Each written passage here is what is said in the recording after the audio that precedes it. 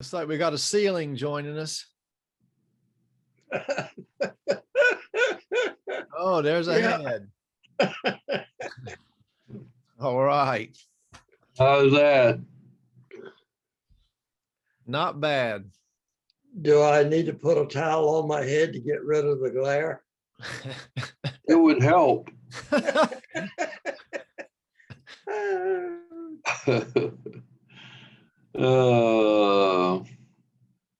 Well, what's new, gang? My gosh. It's been a while. Yeah, it actually has. Brittany was in the basement some time ago and found a 99-year-old newspaper. Who was? Brittany. Uh-huh.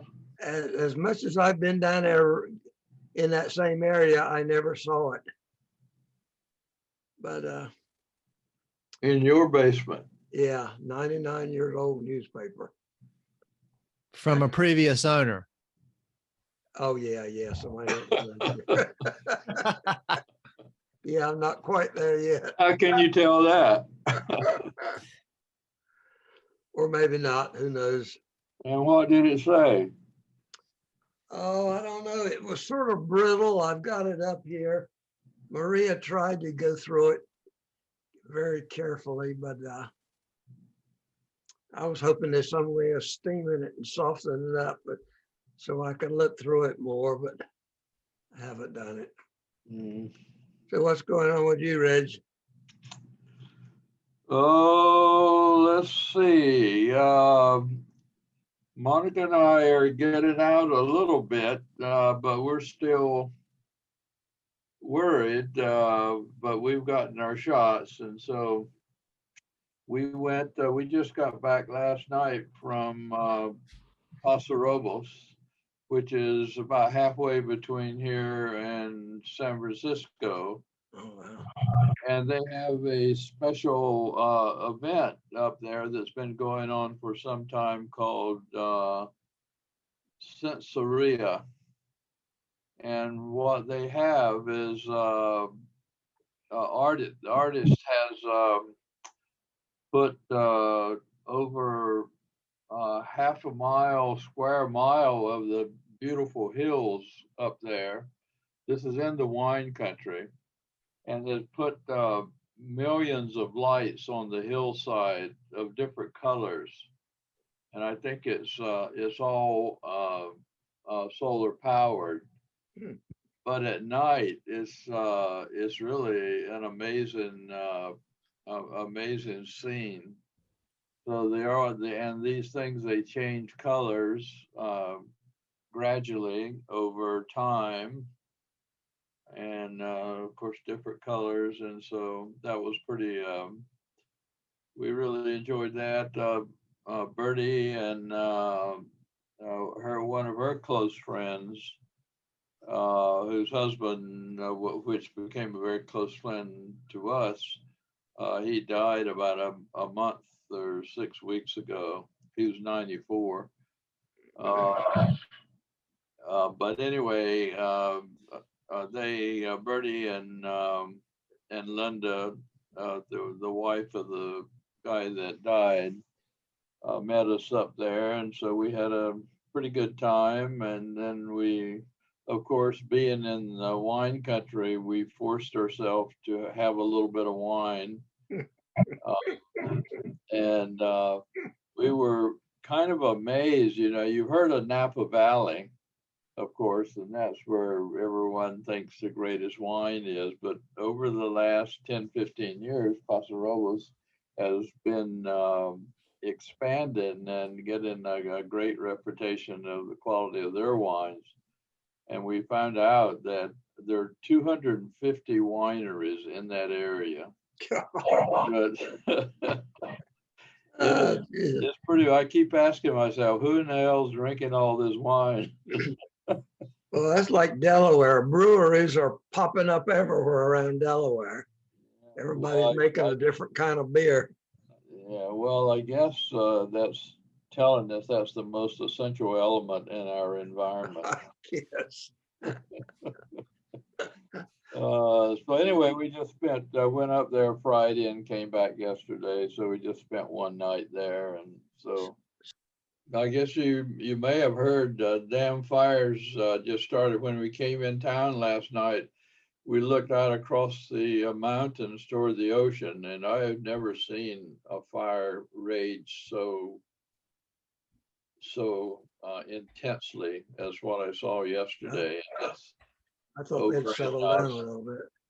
Malibu and Palisades. So it's apparently high on the tip of the mountain. It's not in so much the housing areas, but it's pretty close to an area which damage could be enormous if it gets into those houses in that area. And all of them are pretty high level houses in terms of their cost, and Palisades is one of the most expensive areas in the LA area, and then of course Malibu. And but anyway, so I haven't even heard anything this morning, whether it's they said they're kind of getting a hold of it last night, but it's hard for me to believe relative to what I saw. So I didn't know fires had started up again. I really don't listen to a whole lot of news. I don't think that's hurting you. It's not hurting me at all. I haven't Yeah, missed. Reg, what's going on with your governor? I see they trying to dump him. What's the deal on that? The company, all of our most of our patents got bought up by a former graduate student of mine or postdoc in Switzerland. So his company, he bought out most of it, and I'm part owner of that company. And its worth is in the millions now. So it's doing okay. Ours is doing okay too, but we're still much smaller. But we're having really good success with our cerebral palsy and Parkinson and stroke. We're finding that it's helping all of those things, but we still don't have FDA approval of our device. It's still going to be about another year before we get that approval at least. So, but we're doing okay, but still a lot of work. We're studying quite a few subjects. People from all over the U.S. are wanting to come and be part of the program, and so it's looking pretty good. But commercially, I don't know how it's going to work. At some point, presumably, we'll be bought up by some company. Because I'd rather be doing the science than the damn commercialization is a pain in the ass. So, Yeah, I know what you mean. but anyway, it's going pretty well. The effect on the kids with CP is pretty amazing. We're seeing recovery of functions that they've never had before, and walking, speaking, everything. And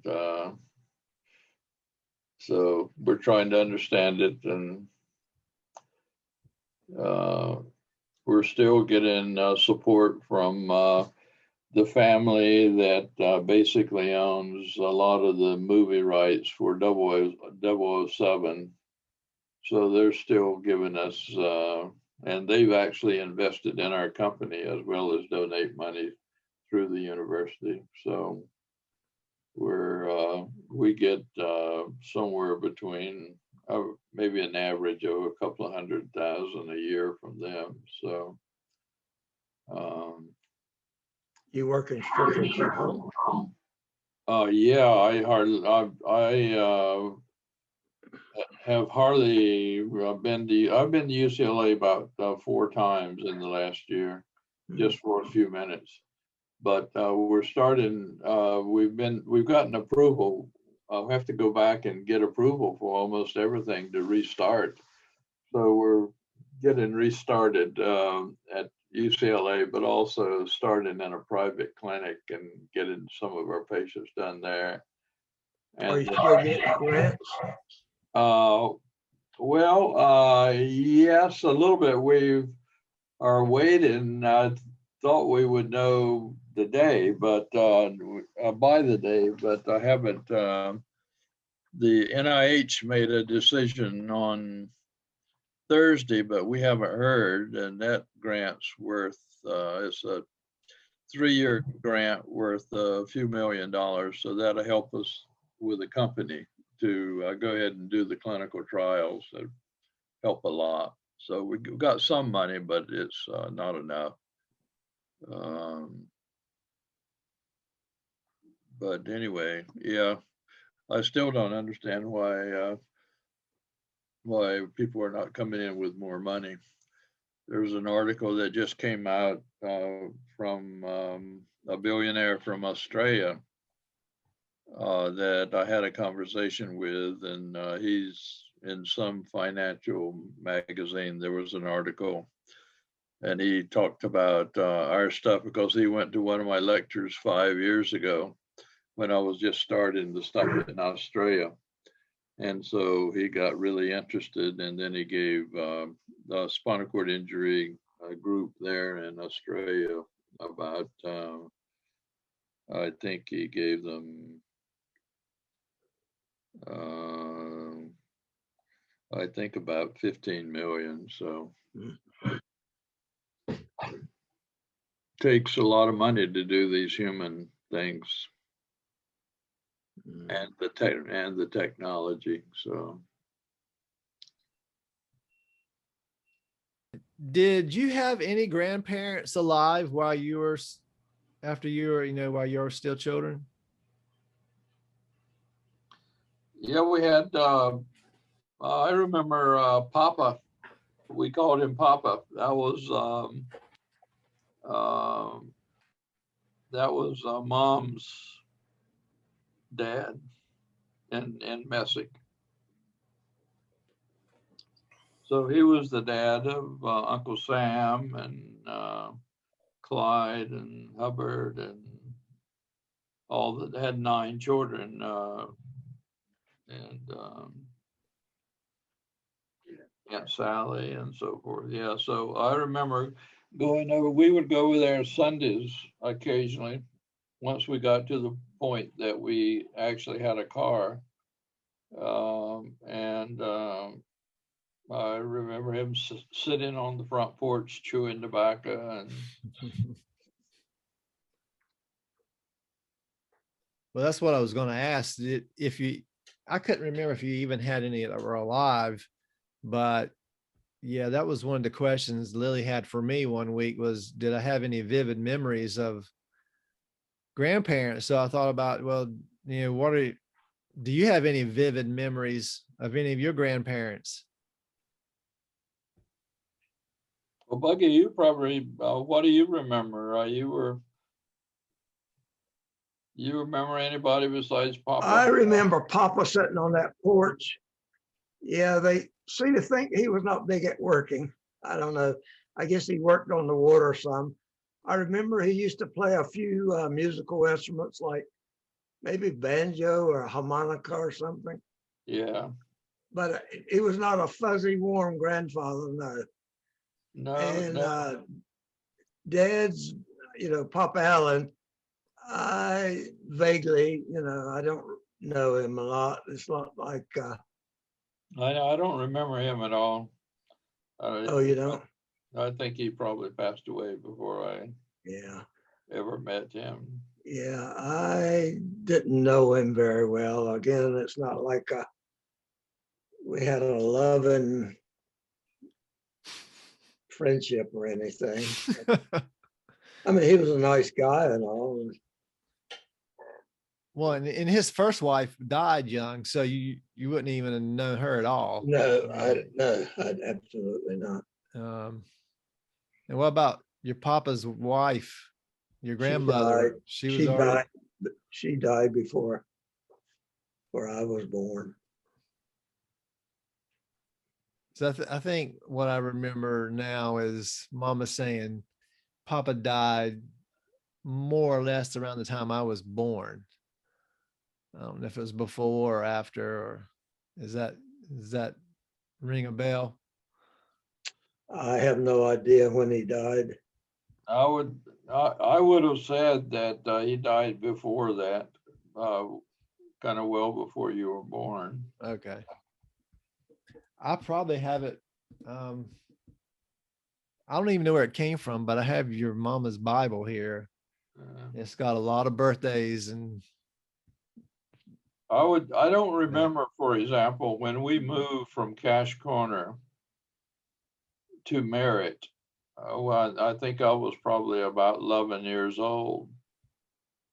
I don't think I can never remember going from Merritt to Messick to see Papa. I think one of the things for the family that on Sundays, it was a time for the family to get together as much as possible.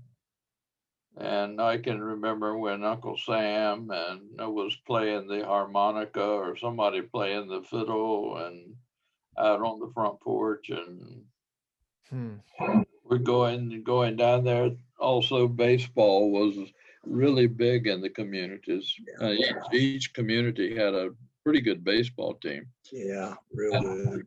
And Uncle Sam he was pretty much a star. He could throw that ball. He could fire that ball in as a pitcher. And and then our aunts, Mom and Glenwood. You don't remember Uncle Glenwood? He's the one that lived in California, and Aunt Delois, and they had the son Glenn and Victor. They lived quite a while right there in Messick for a long time, but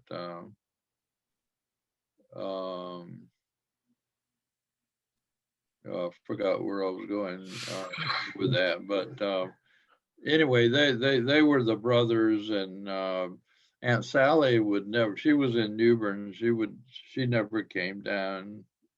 So it was just the relatives in. Uncle Hub, Uncle Clyde, they all lived right down there by the lumberland, right there where Jack's house is. You mean Aunt Jessie lived in New Bern? Aunt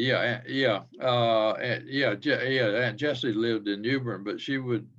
Aunt Sally never lived in New Bern, did she? No, she lived in Lowland, but then she actually, I think. She when Papa had died, and she moved to Papa's house in Messick. Yeah. I remember the Papa's house did not have drywall on the inside. You could still see the studs.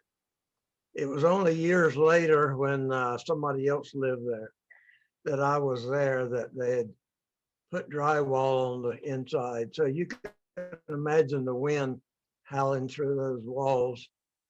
It was really rustic, unfinished. Yeah, but all those things are really frivolous. Who needs those kind of things? Yeah. Yeah. When we went about a month ago to the Joshua Park, Joshua Tree Park. We were sitting by the fireplace. We went to a pioneer town at Roy Rogers built. So when he was going out there making movies, the people that were working in the movie industry, they wouldn't have to go back and forth to LA. They could just stay out there. So anyway, they built a hotel and really a pioneer, small pioneer type of town. But anyway, Monica and I went out by the fireplace there in the evening, and then there was this other couple out there, and then of course you start a conversation. Where do you live, and so forth. And they lived in Beverly Hills, but he was in the music industry, and then found out that he was really a very popular musician that Monica and Seton, everybody knew. I didn't know who in the hell he was, but he grew up in Ireland on a farm. And Do you remember the name? I can't remember his name right now, but one of his first performances was after, when he was 21 years old, and he had the startup show for somebody that you would know, but hell, I don't remember who any of their names are. But they're like, it was one of those performances like there are over 100,000 in the stadium, and that was his first big performance. But anyway, we find out that he grew up on a farm and I grew up on a farm, and so he was really a very easy, just a great guy to talk to. It was fun. And we started talking about growing up on the farm. And I told him, I said, looking back on it, I felt like I was in an underserved, of course, we never said underserved, we were just from a poor area, and I figured I was getting a poor education and so forth. Because of envisioning what kind of education at these great schools everybody else was getting. But I told him, I said, as far as I was concerned, I got a better education than they did growing up on the farm. So, and he kind of expressed the same ideas that he learned from his family growing up on the farm. But yeah, it's Do you remember Billy Hewitt? What's that? Yeah, I remember the name. Yeah, where he lived in Cash Corner, didn't he? Where did he live? King. Yeah, I didn't know who he was when we started talking. I believe that was the name of that guy. We sort of grew up with him. What's his and name? I've always been trying to figure out that name, and it just popped in my head. What's the name? I didn't hear it. Billy Hewitt. Billy Hewitt? He lived around Cash Corner, I think. And who is he? He was a guy we grew up with. He always said he was from I don't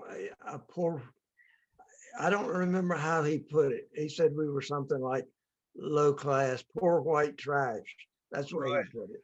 Yeah, we were pretty good white trash. That's a very derogatory term. But we didn't even know it. We didn't know what white trash was. but we were it. Yeah, well, I never heard that. You were doing the harmonica and banjo and all that on the front porch. I never heard that before. Yeah. Well, for Papa? Yeah, at Papa's house. Yeah, I don't think he was a great musician, but he dabbled at it. No, I'm not even claiming that, but I mean, that was one of the ways you entertained. I mean, it really didn't matter how good you were, right? If you could come close to coming up with a tune and you had a fiddle or harmonica, and then you probably didn't have that much to compare it to anyway. No, it sounded pretty good to me. Because it sounded like music, I thought, wow, this is impressive. So the last time that we met, we were talking about, we kind of ended, well, when we got cut off, you were talking about taking trips to Florida with the swim team. Yeah, yeah. So tell me about some of those trips with the swim team. Well, yeah, we would go, it would be during Christmas vacation each year, and we would swim uh, on that trip. We would go to Georgia, Georgia Tech, University of Florida, Florida State, and Miami would be the meets that we would take, and we would have usually uh, two station wagons. And so the whole team got in two station wagons and mattresses in the back. And you can imagine what swimmers were, what it was like being locked up in a car with guys like that. So it was pretty wild. But it was everyone always, when you go back to the swimmers and talk to them, uh, everyone's always talking about those trips and what happened on them. And I'm so, surprised the school boards huh? paid for Uh, I don't them. know. I'm surprised You, that the school board. you mean who paid for them? Yeah, how did they get paid for? What, the swimmers? Well, Jennifer can hardly get enough money to support her. Well, I mean, there was a very small Yeah, how did budget. you get money to go to Florida for God's sake? I don't know. I don't know. I mean, we certainly didn't stay in the high class places. I don't even know how Martinez did it, but there was a basic budget. You know, we played, swam University of North Carolina, North Carolina State. Oh, you're talking about the college team, not the high school team. Oh, no, no, no. This was a college team. College, yeah. Oh, okay. I thought you were talking about your high school team. No, That's no, why I wonder about funding. no, no, no. Okay, I got you now. This Yeah, I was a didn't clarify that. college team, and so anyway, they were. There because he was driving me crazy. Oh, you want him staying there? Yeah. So, Wondering what the hour was.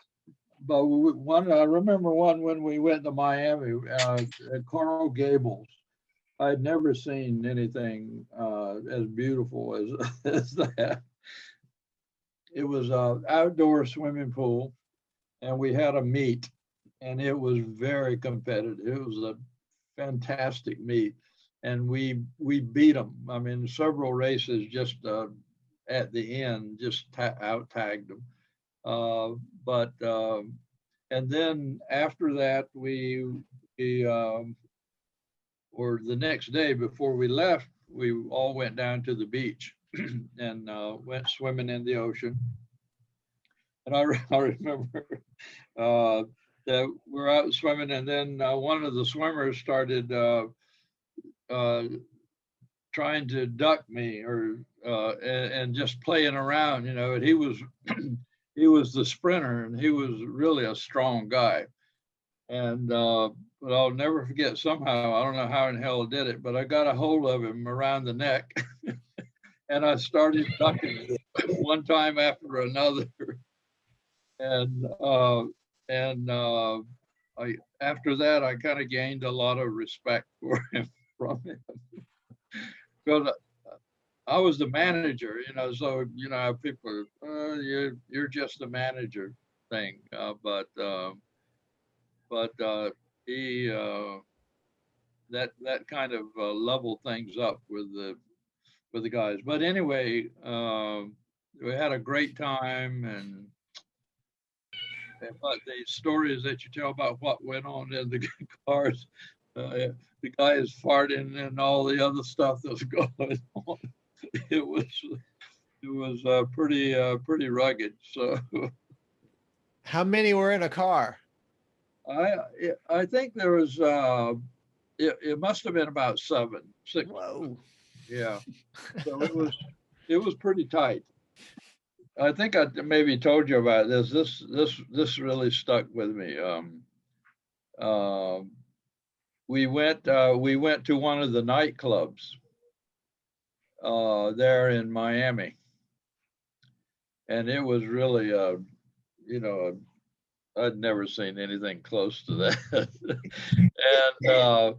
And the I don't know if I think we ordered our own thing, but anyway, I ended up with I ordered steak and a salad. I don't know what kind of salad they said it was, but to me, didn't really understand what is this salad thing, and because I just had vegetables on on the plate, and never had a salad as a side to anything we ever ate. So I had never thought about that. and so I thought, well, I went along with it and got a steak. But then when so first of all, that was my first experience is a salad. Well, what am I doing with this salad? But then when I got to the steak, that was really interesting thing that was going through my mind, which I still remember. And of course, I had never cut a steak before, except with my teeth. And I couldn't cut it. I'd never learned how to cut it with my except by a fork, and that steak wasn't cuttable by a fork.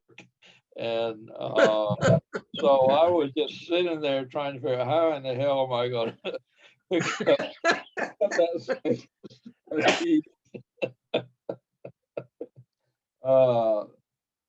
I still don't remember how I ate it. Maybe I even didn't.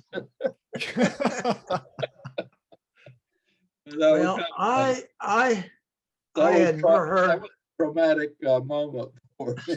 Sounds like a high quality joint. It was. Sure weren't a strip joint. It was not a strip joint. It was one of those things when you think about in the those days. It was like I think it was almost like you associated with things going on in Cuba. This was before. This is when all the people were going to Cuba. This was before the communist thing that happened. Cuba was the place to go, right? And so it was all these clubs, really nice social clubs that were popular at that time. So talking about a fish out of water, but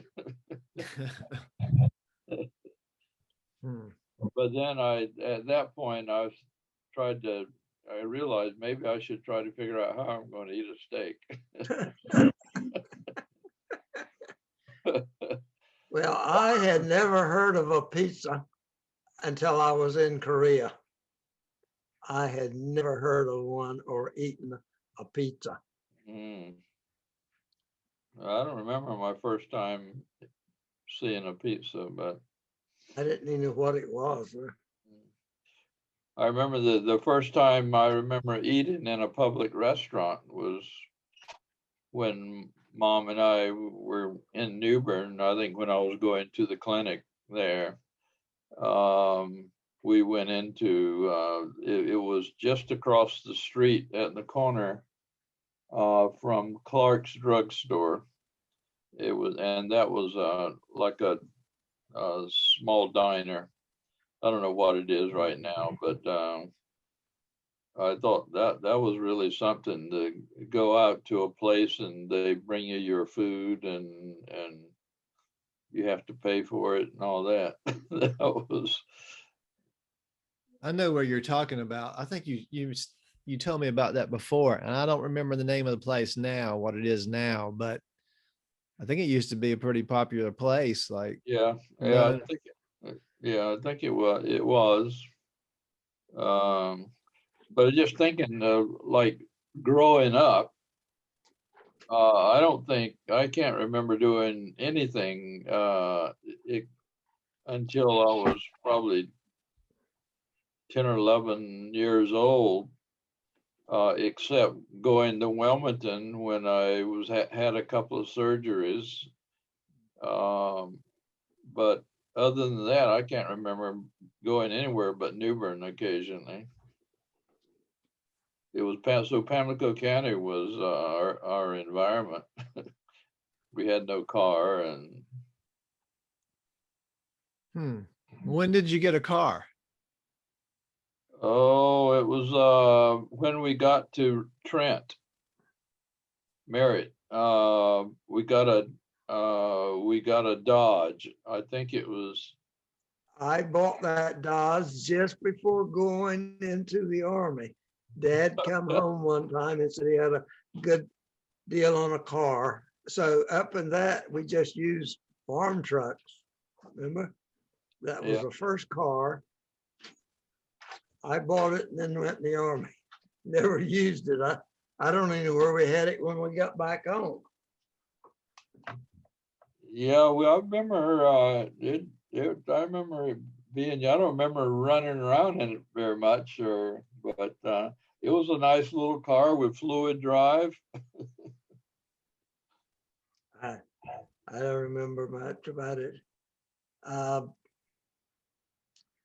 I'm not even sure I had my driver's license then. I didn't get my driver's license until I was in college. I couldn't pass it with this lazy eye. I couldn't park for save my life. Well, you don't have to, but you could just turn on an automatic parking now. Yeah, how about it? No problem. Yeah, you just turn on automatic driving. So how did you get around? Just walk, or did you have a horse and buggy? Bicycle. Bicycle.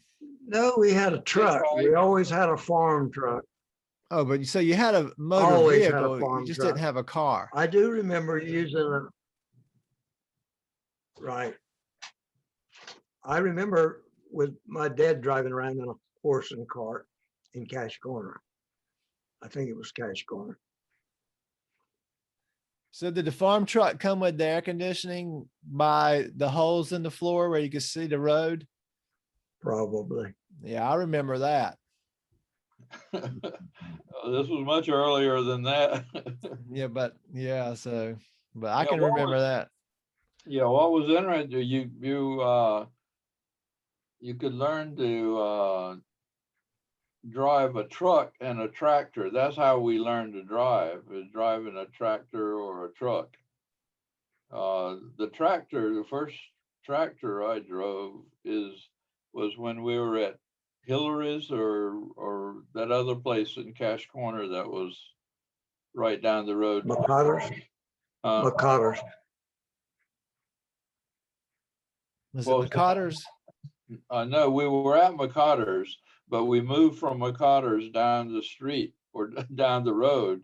Hillary Potter's. Hillary Potter. And he had a Ford tractor. So I remember driving that Ford tractor there and then driving a truck.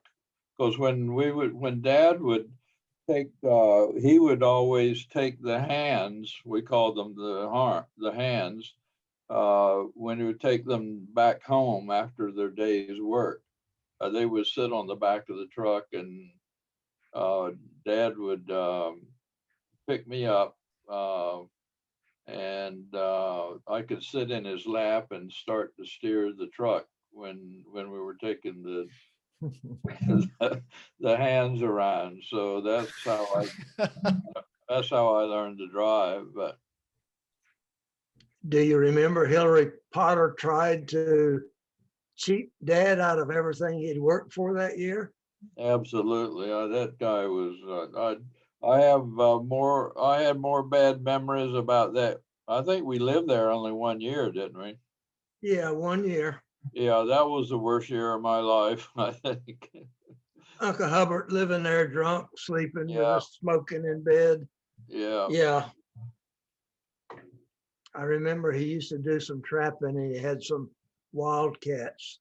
Yeah, he would go out and put the wildcats in a tow bag and throw them over his back and put them in the cage in the barn, and then the person that bought the pelts, they would come by about every week or every month and bid for how much they were going to pay for them.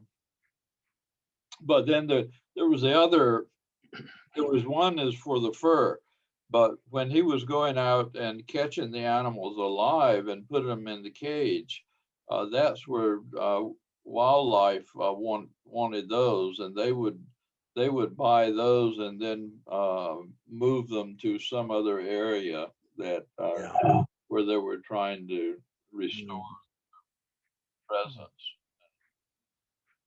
But I couldn't believe he was catching those guys alive and throwing them in a tow bag and walking out of the woods with them. Do you remember the black kid that we used to play with in Cash Corner? Played baseball a lot with Frankie Barnes. Do you have any idea what that kid's name was?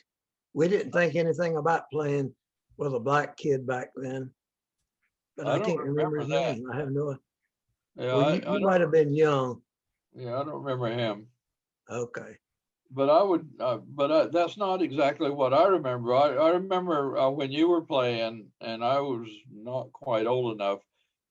You were on the Vandermeer team, baseball team, and actually, I think I had just gotten on the team or something. But it was a big deal, and this happened occasionally that we would play the black team that was on the other side of town. And they beat the crap out of us. Yeah, they'd beat the shit out of us.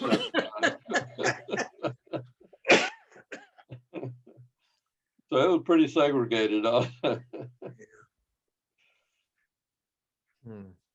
I remember you going to prison, playing the prisoners. Yeah, that's when AC Bennett was in prison. Yeah.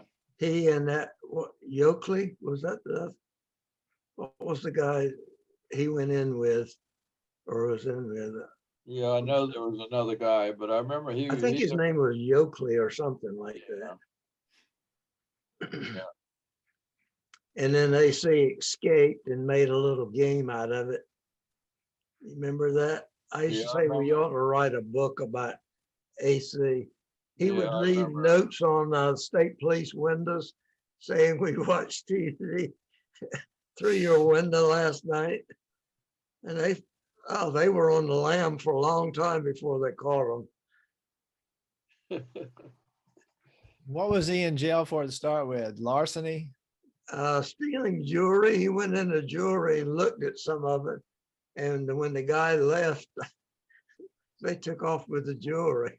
That's the story I heard. I don't know.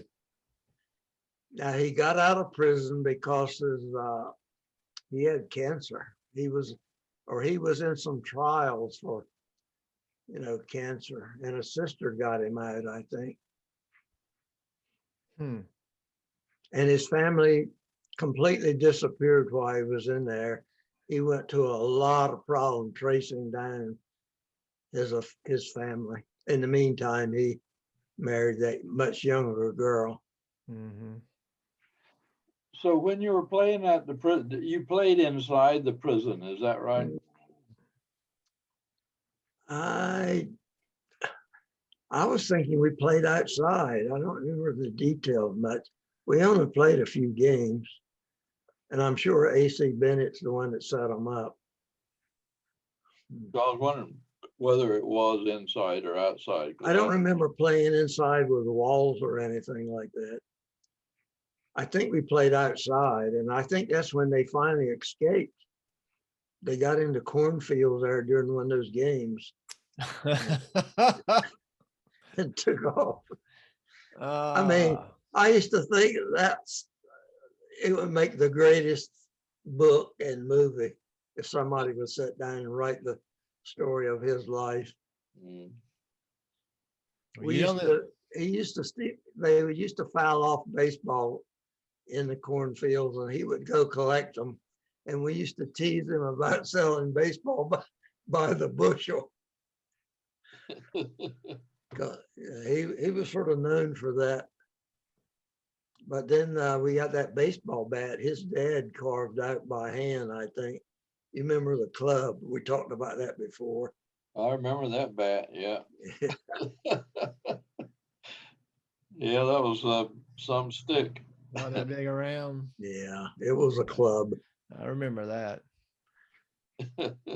Now, Nico living here, we were talking the other day about getting our ass spanked when we grew up. And he was saying that he appreciated his mom beating his butt because it helped him who he was now. And I said, well, my mom beat my butt and I resented it until the day she died. I mean, did she ever beat you, Rich? Yeah. She used to get those little willow limbs and beat her butt. But we also got some belts and stuff, so we really got some. And I remember Jack one time when we were out smoking and with the Luptons, and Jack left a cigarette in his pocket. I remember that. Found it. And you talk about an ass beating. We got an ass beating. But that sort of put an end to the smoking for a while until we went to live with our cousins and lived at the tobacco barns. We used to make our own cigarettes. And I think Aunt Marietta, or one of my aunts, used to say, every cigarette you smoke takes 7 years off your life. Oh my gosh. Scared us to death, boy. That put an end to the smoking for a while. Wow. We used to set up at those tobacco barns back then and stay all night. You had to babysit, keeping the fires going. Now everything's automatic, but well, I got cured of smoking, wanted to smoke when I remember this was in the Stonewall house, sitting with Uncle Lister, and he was smoking, and I think he actually asked me, you want to try this? And so I puffed on it. He said, go ahead, come on, breathe in. And I remember breathing in, my God, I thought I was going to die. I never had an interest from that point on. Yeah. Well, as far as chewing tobacco, this guy that lived down close to Aunt Sally gave us some tobacco. Made me sick as a dog. I was throwing up. And Aunt Sally wanted to know what was going on, and I told her I ate too many figs. They had these beautiful fig plants out back. Yeah. And Sam got in a hornet's nest back there one time, and his face was swollen. Couldn't even recognize him. He was swollen up so much.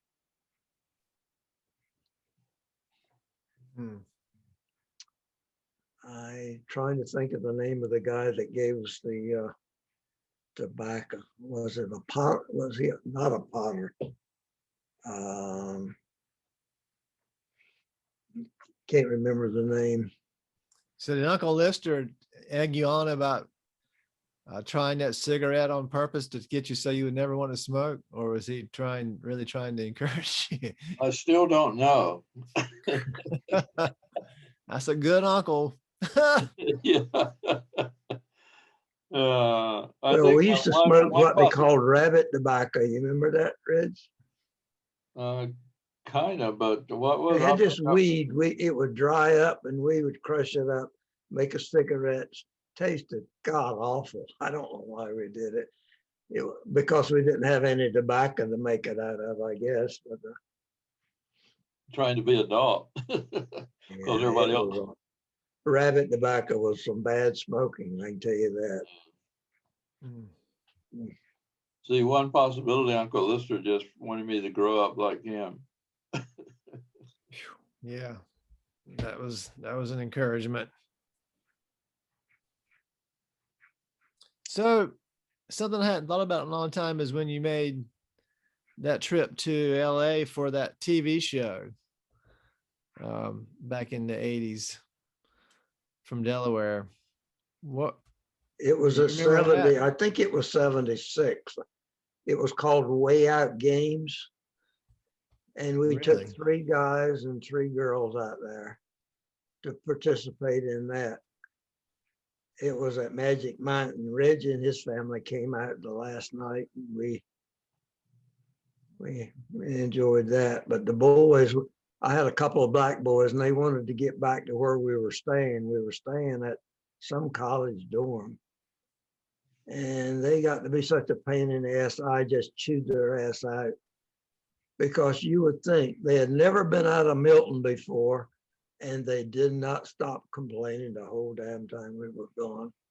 You would think they had grown up in luxury. So that sort of messed up the end of that trip. But yeah, it was called Way Out Games. So really, it was in 76. It was that early on? I could be wrong on that. I've got a little plaque in there. I could, tell. But Well, you went to the Olympics too out there, didn't you? that was in '84. I stayed with Reggie a month or more going to the Olympics. So those two trips weren't the same. That was two different No, trips. no. They were a few years apart. Oh, okay. I never made it to the Olympics. I was on a photo trip during the Atlanta Olympics, and I had a convertible rented, and I was in South Carolina. And the trip I was planning on, when I'm done with this photo shoot, I'm gonna go ahead and drive to Atlanta. Well, then somebody called and wanted me to go do another little shoot, and so I never made it to the Olympics. And I Wow. couldn't tell you what the shoot was. It wasn't big money, but so that was probably about the time that the bombing happened there. Yeah. Mm. Well, we went to the Rose Bowl and we saw a match that United States was not involved in, but it was the biggest crowd to see a soccer match in the United States. The record has probably been broken but it was a record for a long time. And Michael was sort of sick, and we were coming home on the bus. We had to take a bus back to the car because there was no parking. And then Michael was feeling bad, and some girl that went to UCLA told him to squeeze between the finger and the thumb, and it would make his headache go away. And I've read that 2 or 3 times since about these trigger points for certain things, and I always remember that girl on that bus. And I guess she knew what she was talking about. But the bus took us back to what little town where they had the Rose Parade, Reg? Pasadena? Pasadena. So the game was in the Rose Bowl, right? Yeah. We had to take buses Yeah. from Pasadena to get there, and then we had to take buses back. Mm. And there was over 100,000 people there. You can imagine standing in line waiting for that bus to fill up.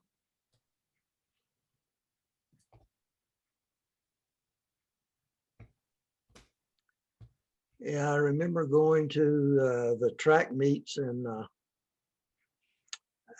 not, what was the other big stadium there? At UCLA. No, it was not UCLA. It was in Southern Cal area. Oh, Coliseum. Yeah. And I was sort of amazed that Southern Cal was sitting in that area, because that's where they had all the big riots years before that, right? Where they burned. Yeah. Yeah. And that was the guy, because what was the guy's name that they beat the heck out of? King. King, Rodney King, yeah. I don't know what that area is like now, but it was a little I think surprising. part of it has not changed much, but some of it has, but remarkably little change from there to now. Hmm. Okay, gang. All right. Thanks for coming. Yeah. All good right. session. Well, Enjoyed nice. it. Nice to meet, and you can see more than the top of my head and so forth. Yeah, we've been watching the top of your head there for a bit. Oh, All well, right. at least you didn't go to the bathroom or anything. Yeah. Well, that's next. I'm telling you. Understand. All right. All right. Take Be care. good. See ya. Okay.